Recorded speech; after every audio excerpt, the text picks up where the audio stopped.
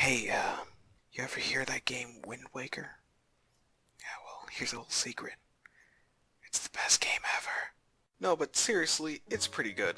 Huge open world, a memorable visual style, badass combat. It's something my younger mind couldn't even process, and not just because my parents threw it out a few days after I got it. Yeah, some relatives said it had demons. Don't worry, the dark ages are over, and I can play Doom proudly in the living room now. I was able to pass it on GameCube sometime later, but replaying it again on Wii U just made me really appreciate the game. In this video I want to gush on one of the most iconic weapons in gaming, the Master Sword, and how Wind Waker's take on it is the best in the entire universe. First, let's refresh our memory out of the topic at hand to make sure everyone's on the same page.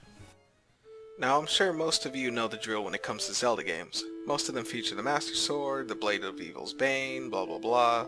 Link, the protagonist of the series, must prove his worth as a hero in order to wield the blade. Okay, so Link is the hero, Master Sword's legendary, but what's important to me is how the games themselves present the sword. Think of something like the BFG from Doom. Sure, it's cool, but what if you found it in the first level, or in a trash can? Presentation can help cement an idea in a player's mind, like if a moment or item is supposed to be important or not. So, let's see how you get the Master Sword in previous Zelda games, starting with A Link to the Past. Now let me get something clear. I haven't passed this game, but I passed A Link Between Worlds and it's pretty much the same thing, so I don't care. You get 3 pendants from 3 dungeons. Walk into some spooky woods, find the sword on a pedestal, then pull it out. The sun parts, fanfare is cued, and you continue on your quest. Snore! Fast forward to Ocarina of Time. Get 3 gems in 3 dungeons, bring them to a temple, play a song, and take the sword that no one really talked about before then off its pedestal. For a veteran of the series at the time, you'd probably piss your pants when you saw this legendary weapon in 3D. But for me, it was just, oh, it looks cool, maybe it'll do more damage? However, the game then makes you instantly forget about the sword when you exit the temple, because the world has literally gone to shit. You're 7 years older, Hyrule is covered in zombies, Rudo is sexy as fudge. I mean seriously, with all this drastic change, within a short time span, the Master Sword simply becomes a time travel tool, because your attention is drawn away from your cool new item and into the story. This point is even further reinforced by the existence of the Big Goron sword, a not-fabled weapon that is twice as effective as the Blade of Evil's Bane itself. The only reason you'd need the Master Sword in this game is for puzzles that require the use of your shield, because the Goron sword is so badass you need to hold it with your 2 hands. These atrocities aside, let's look at the one, the only, the best video game in all of creation. Wind Waker. You go off on a quest to find your sister who's been kidnapped by the evil Ganondorf. But you quickly realize everything wasn't an accident. After getting 3 pearls and delivering them to 3 statues, I don't know if you notice a pattern here. A huge tower shoots up from the ocean surface.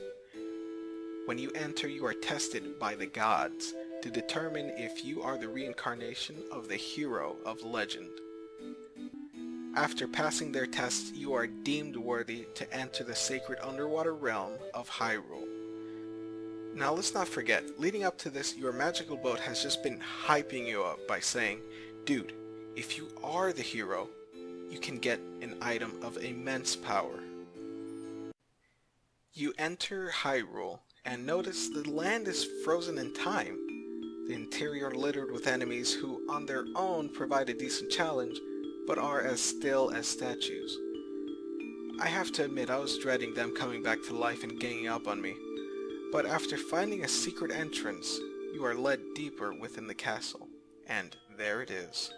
The ultimate power, the only weapon which can seal away the purest of evils, and also help save your sister.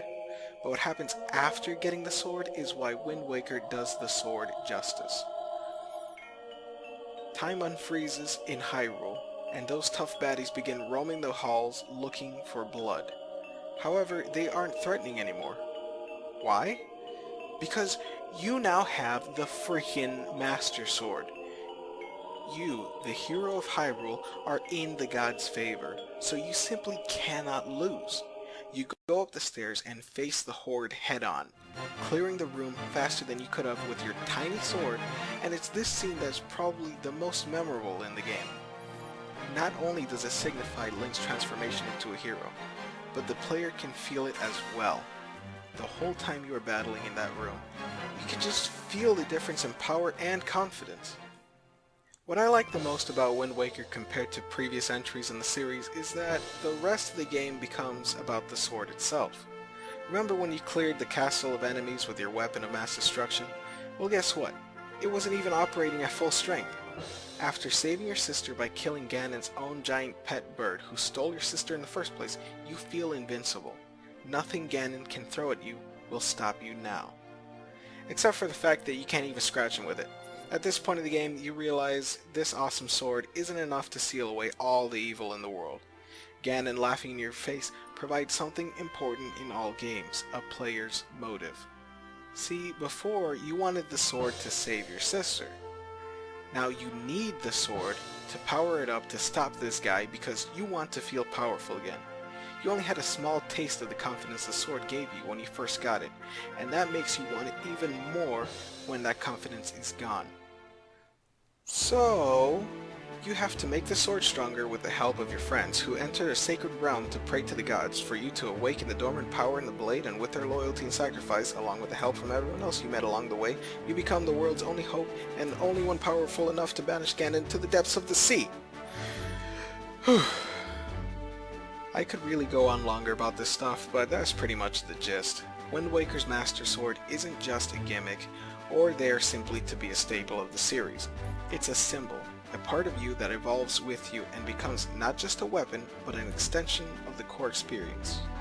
Or some shit, I don't know.